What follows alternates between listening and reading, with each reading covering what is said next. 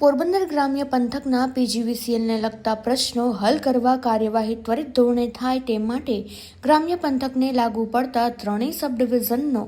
વીજ પ્રશ્નોના ઉકેલ માટેની કાર્યપાલક એન્જિનિયર સાથેની બેઠકમાં ભાજપ અગ્રણી રામદેવ મોઢવાણિયા સહિત અગ્રણીઓ ઉપસ્થિત રહ્યા હતા અને કોસ્ટલ સબ ડિવિઝન, બગવદર સબ ડિવિઝન તેમજ મજીવાણા સબ ડિવિઝનમાં જુદી જુદી ફરિયાદો ઊભી થઈ છે, જે અંગે પીજીવીસીએલના અધિકારીઓ એન્જિનિયરો સાથે ચર્ચા કરી હતી, જેમાં મુખ્યત્વે વાયર તૂટવા, જમ્પર, એલટી વાયરો તૂટવા, ફીડર બંધ થવા, વારંવાર ફીડર મેન્ટેનન્સ કરવા, તમામ ગ્રાહકોના ફીડર ચેક કરવા, નવા વાયર નાખવા વગેરે ફરિયાદોના ઉકેલ માટે જરૂરી કાર્યવાહી વહેલી તકે થાય તે માટે રજૂઆત કરવામાં આવી હતી. તેમજ ખાસ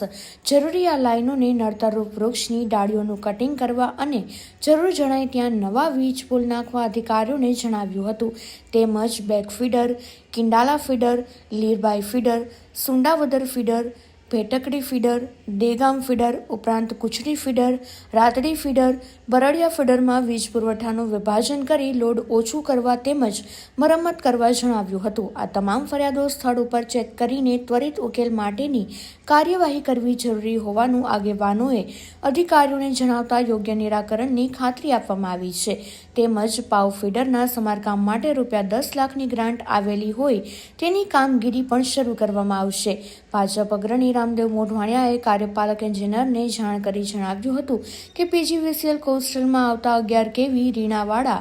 ફીડર એજી ફીડરમાં